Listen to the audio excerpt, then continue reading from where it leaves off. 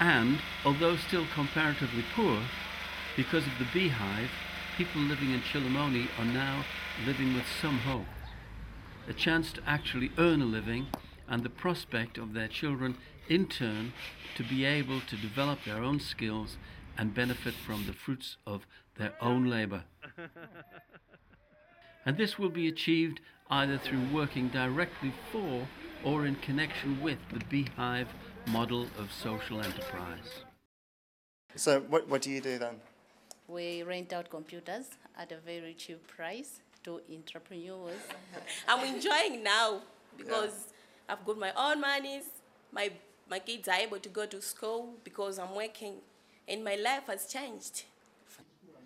We didn't expect this project to come to Chilomoni, but in the way you people in UK, what you have done for us by bringing this project to Chilomoni, we really appreciate.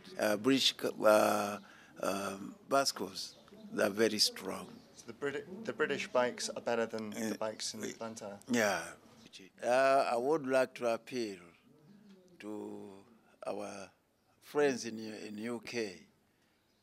At least, if you have a standing bicycle in your house which is not on use, can you please throw it to us? We are going to make use of that bicycle.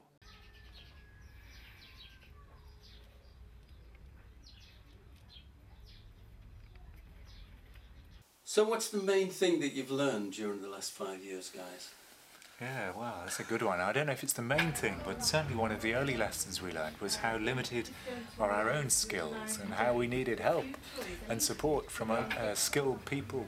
Yes. So we've managed to attract a whole range of volunteers, architects, engineers, IT consultants, people who've been willing to give up their time for 3 months, 6 months, a length of period which has been really useful. So the thing that's been valuable about the Beehive is the bees, really.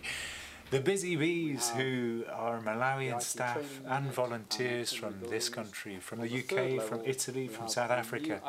We've had a whole range of people who've been willing to sacrifice of themselves, to give of their time, their skills and energy and effort and contribute. It's challenging, I have to say, because the classes are large. We have about 80 or 90 in a class. And our resource is basically a blackboard and some chalk.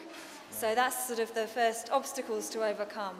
And as Jennifer says, the children are a delight. They're not all well behaved, just as in England, but they do have a passion to learn, and that really comes through. They do want I guess one of the great things is now that we've built, using our own Beehive bricks and Beehive staff, we've built a volunteer centre where the volunteers are accommodated and fed, and they enjoy a reasonable stay. It was certainly different in the early days. It was hard work and a bit rough and tough.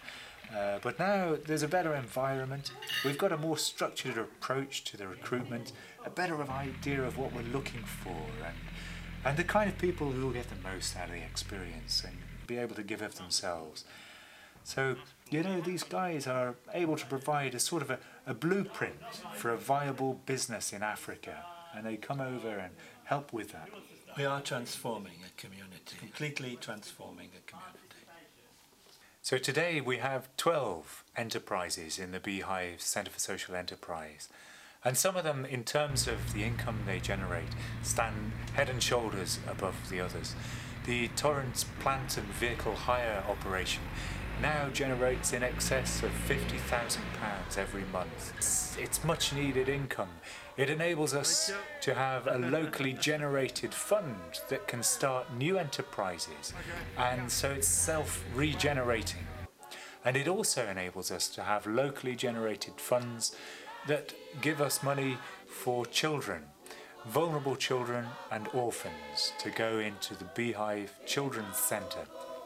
When David and I walk to work, we see children playing in the street. We see children sitting in the drains sometimes where water is trickling down, and mixing clay and then moulding toys. Anything like musical instruments, footballs, netballs, wooden jigsaw puzzles, good quality educational toys are really sought after here. And black dolls as well, and small world toys with black Also, characters. things like magnets and scissors, which we take for granted in the UK, you just can't get hold of here. You're more than welcome to pay us a visit out here in Malawi anytime you'd like to come. Yeah. See you all soon, baking in the sun here.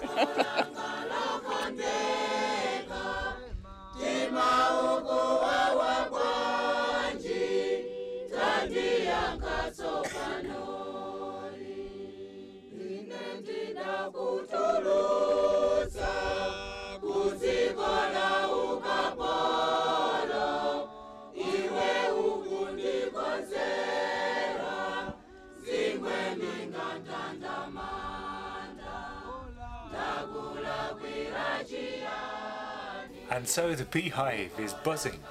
The beehive is making honey and is doing really, really well.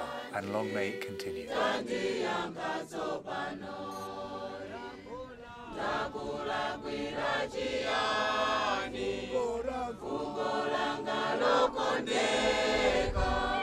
Tima uko wawa